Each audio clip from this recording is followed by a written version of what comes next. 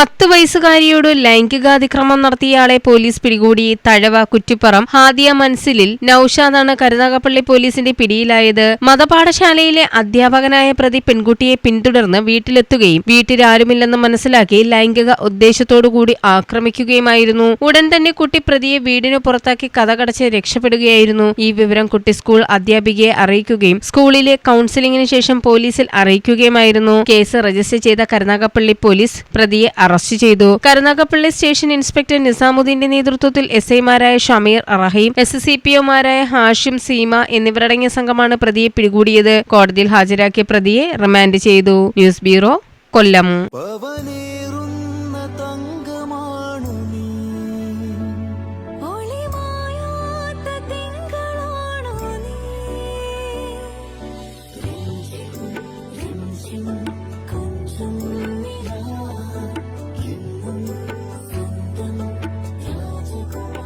Be a Rajakumari.